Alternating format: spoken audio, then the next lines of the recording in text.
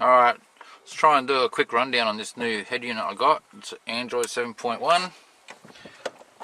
Underneath the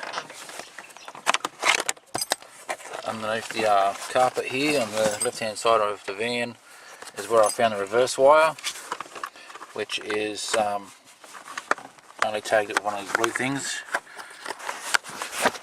It's a red wire. It's a red wire yellow trace. You can't see it clearly there,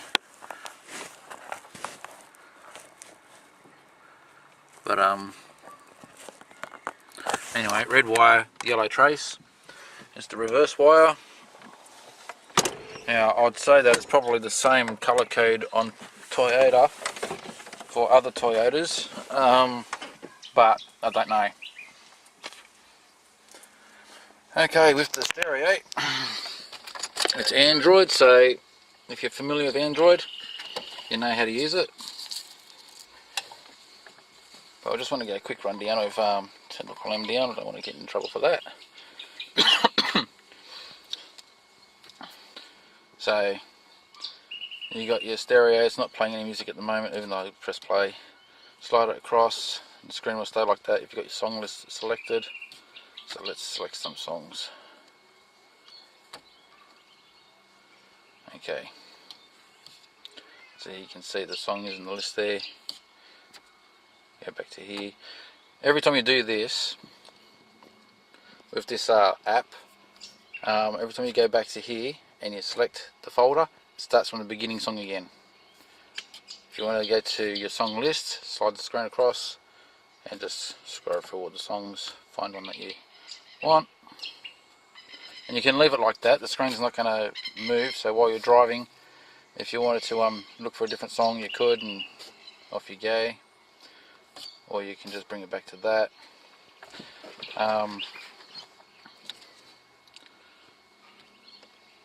That's different equalizer settings, and you can choose the different equalizer pre-settings there.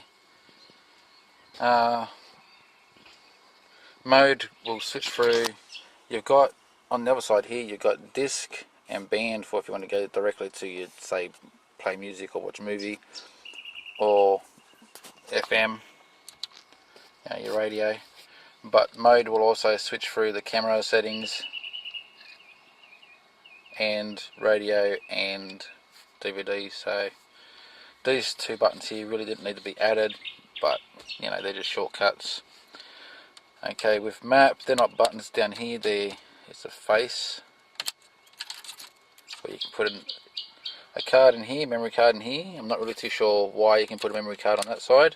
It does say map, so it must have something to do with saving a trip or something, I don't know. Maybe you can use it as well. On this side here, you've got your SD card as well, and USB out, or in rather. And you just got to be a little bit careful with these plastics, don't want to break anything. Like I said, it's Android, so you pretty much know Android, so you pretty much know how the stereo works. If I go to, I'm on video, that's clever of me, go back to video.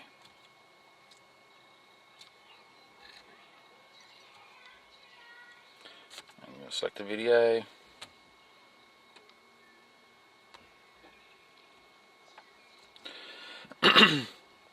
Okay, so you can see it's okay clear. You can, like any Android, you can speed it up, the volume, you can adjust it. Yeah, just look out for that. Okay. And I tell you a liner, you got to make sure that this hinge is probably about 2-3 mm from the rail. Pause that. Okay, for reverse cam, I already had a reverse cam connected before, so I'm just using the same reverse cam. You can see the picture of that's pretty clear.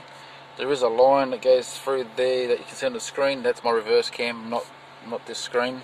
About 2-3 mm from the rail. Now, and that'll prevent stop that again. Go home. Now, one of the main reasons why I got this was for the OBD reading, and this one here can also read OBD1, not just OBD2. In the read up on it, it says only OBD2, but that's my scan tool there. Turn the ignition back on so you can see the readings come up.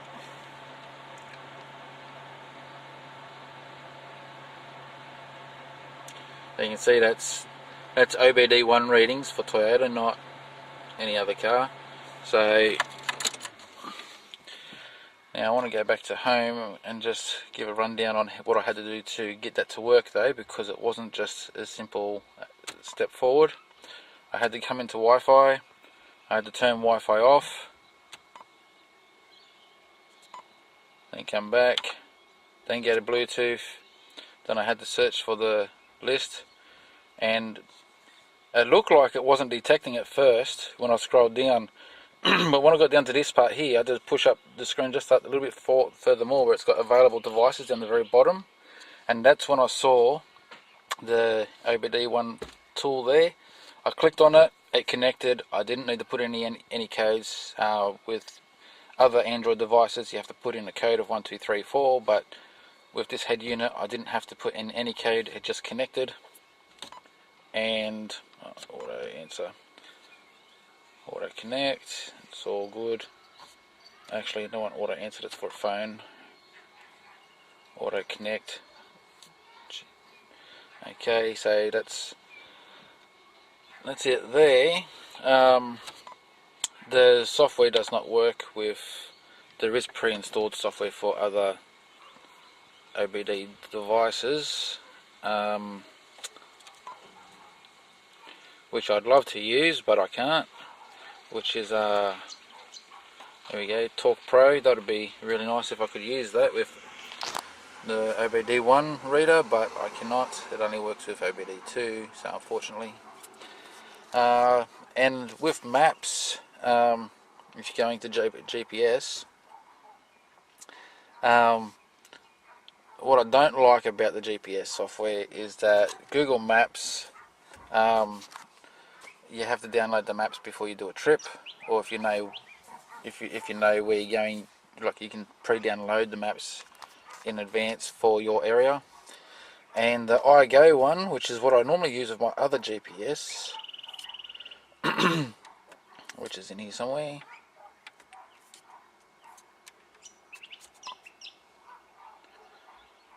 Bluetooth, where are we? I've probably passed it, have I?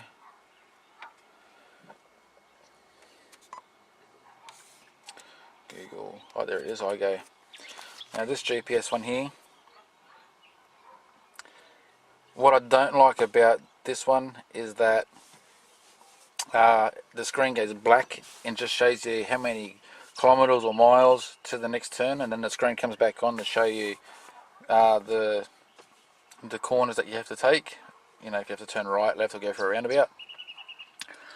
But I don't like the screen going black and only showing me distance to the next corner. I'd rather the screen stayed on all the time. It could be just a settings thing. I haven't looked into that part yet, but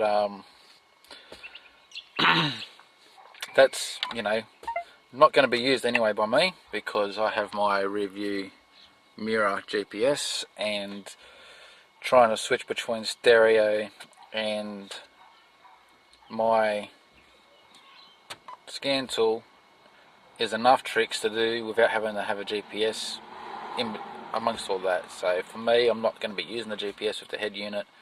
I will be using my own GPS. Now with this guy,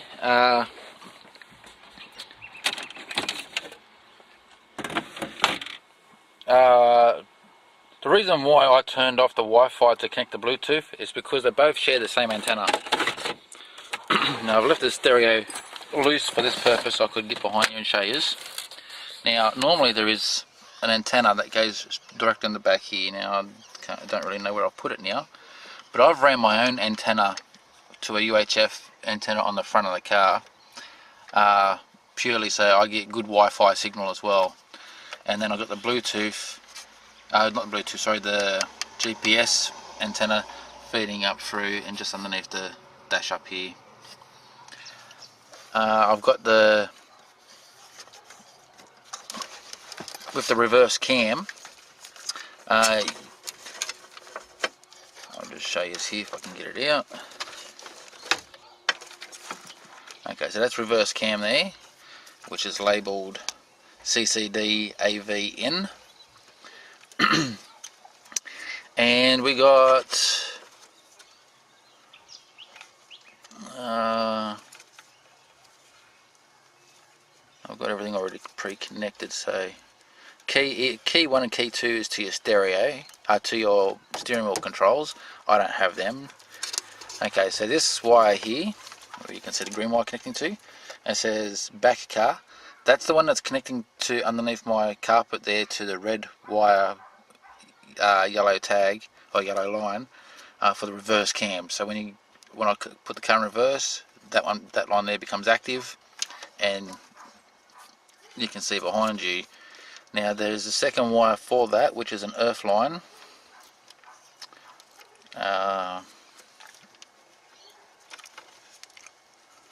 Yeah, the ground. That is also for reverse cam. Now you can just bolt that to ground. Same with the pink wire. That's for the pink wire is supposed to connect to your handbrake. Which, is there a tag on that? If I can look at that for you. Yeah, so it's got brake written on it. That's supposed to go to your handbrake, so when you pull the handbrake on, then the DVD and whatever else is in your car, like, won't say that. When the handbrake is on, then you can watch videos, DVDs or MP4s, whatever. Handbrake off, video cut out, you can still hear it, but you can't watch it. That's no drama with me. I have no interest of watching movies in the car, so I'm not going to bother with going through all the cabling to worry about connecting up to the handbrake. My handbrake is not underneath the dash, my handbrake is next to the driver's seat. So it's a little bit harder to get to than just running a wire over to the handbrake. Although some other cars have handbrakes in the centre, it's up to you if you want to connect that part up or not. Now with me, this car back in the red wire, yellow trace, that becomes 12 volt, and that's what tells the stereo I'm in reverse. Now I know some cars like Volkswagens, they have a reverse setup where everything is based on positive in the car, not negative not negative switches. So in that case, you'd run this wire here to the battery or to a power source, and you'd connect the ground to the reverse wire to have that reverse camera working. You got your USB and so forth, which is all connects behind here. I haven't actually plugged anything into them other than my mobile phone for charging purposes, and I just want to get this in without causing any damage to my case. Okay, so that's back in. Okay, so we got, you got other cables and so forth that I will not be plugging into the head unit. I have no interest with connecting camcorders or something like that. And that's for the rest. We're pretty much covered. Like you can see, got my USB, that's for the phone charger. That's what's coming from the head unit there. And I'll leave a description. I'll use screen recorder to record the specs and everything of the head unit from the eBay seller himself. And yeah, the rest is history. It's Android, so what else is there to show? It's a good unit, it's clear, I'm happy with it, extremely happy with it. Okay, thanks for watching.